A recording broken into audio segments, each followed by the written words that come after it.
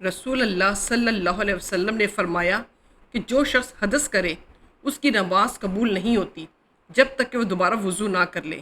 حضرت موت کے ایک شخص نے پوچھا کہ حدث ہونا کیا ہے؟ آپ صلی اللہ علیہ وسلم نے فرمایا کہ پخانہ کے مقام سے نکلنے والی آواز یا بے آواز والی ہوا۔ صحیح بخاری حدیث نمبر 135۔ رسول صلی اللہ علیہ وسلم نے فرمایا کہ میری امت کے لوگ وضو کے نشانات کی وجہ سے قیامت کے دن سفید پیشانی اور سفید ہاتھ پاؤں والوں کی شکل میں بلائے جائیں گے، تو تم میں سے جو کوئی اپنی چمک بڑھانا چاہتا ہے تو وہ بڑھا لے، یعنی وضو اچھی طرح کرے۔ صحیح بخاری حدیث نمبر 136۔ ابن عباس رضی اللہ عنہما نے وضو کیا تو اپنا چہرہ دھویا، اس طرح کہ پہلے پانی کے ایک چلو سے کلی کی اور ناک میں پانی دیا، پھر پانی کا ایک اور چلو لیا، پھر اس کو اس طرح کیا، یعنی دوسرے ہاتھ کو ملایا، پھر اس سے اپنا چہرہ دھویا، پھر پانی کا دوسرا چلو لیا اور اس سے اپنا داہنا ہاتھ دھویا، پھر پانی کا ایک اور چلو لے کر اس سے اپنا بایاں ہاتھ دھویا، اس کے بعد اپنے سر کا مسح کیا، پھر پانی کا چلو لے کر داہنے پاؤں پر ڈالا اور اسے دھویا، پھر دوسرے چلو سے اپنا پاؤں دھویا، یعنی بایاں پاؤں۔ اس کے بعد کہا کہ میں نے رسول اللہ صلی اللہ علیہ وسلم کو اسی طرح وضو کرتے ہوئے دیکھا ہے۔ صحیح بخاری حدیث نمبر 140۔ رسول کریم صلی اللہ علیہ وسلم جب قضائے حاجت کے لیے بیت الخلاء میں داخل ہوتے تو یہ دعا پڑھتے: اے اللہ، میں ناپاک جنوں اور ناپاک جنیوں سے تیری پناہ مانگتا ہوں۔ صحیح بخاری حدیث نمبر 142۔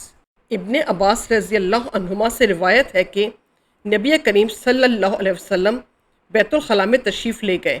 میں نے بیت الخلاء کے قریب آپ کے لیے وضو کا پانی رکھ دیا۔ باہر نکل کر آپ نے پوچھا یہ کس نے رکھا؟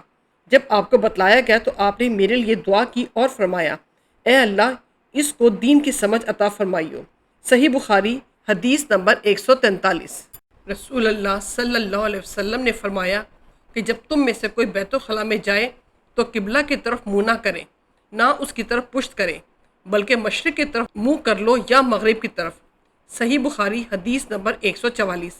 رسول اللہ صلی اللہ علیہ وسلم نے فرمایا جب تم میں سے کوئی پانی پیے تو برتن میں سانس نہ لے، اور جب بیت الخلاء میں جائے تو اپنی شرمگاہ کو داہنے ہاتھ سے نہ چھوئے اور نہ داہنے ہاتھ سے استنجا کرے۔ صحیح بخاری حدیث نمبر 153۔ عبداللہ بن مسعود رضی اللہ عنہ سے روایت ہے کہ نبی کریم صلی اللہ علیہ وسلم رفع حاجت کے لیے گئے تو آپ نے مجھے فرمایا کہ میں 3 پتھر تلاش کر کے آپ کے پاس لاؤں، لیکن مجھے 2 پتھر ملے، تیسرا ڈھونڈا مگر مل نہ سکا، تو میں نے خشک گوبر اٹھا لیا، اس کو لے کر آپ کے پاس آ گیا۔ آپ نے پتھر تو لے لیے مگر گوبر پھینک دیا اور فرمایا یہ تو خود ناپاک ہے۔ صحیح بخاری حدیث نمبر 156۔ حضرت عثمان بن عفان رضی اللہ عنہ نے پہلے پانی کا برتن مانگا اور لے کر پہلے اپنی ہتھیلیوں پر 3 مرتبہ پانی ڈالا، پھر انہیں دھویا، اس کے بعد اپنا داہنا ہاتھ برتن میں ڈالا اور پانی لے کر کلی کی اور ناک صاف کی، پھر 3 بار اپنا چہرہ دھویا اور کونیوں تک 3 بار دونوں ہاتھ دھوئے، پھر اپنے سر کا مسح کیا، پھر پانی لے کر ٹخنوں تک 3 مرتبہ اپنے دونوں پاؤں دھوئے، پھر کہا کہ رسول اللہ صلی اللہ علیہ وسلم نے فرمایا ہے کہ جو شخص میری طرح ایسا وضو کرے پھر 2 رکعت پڑھے جس میں اپنے نفس سے کوئی بات نہ کرے تو اس کے گزشتہ گناہ معاف کر دیے جاتے ہیں۔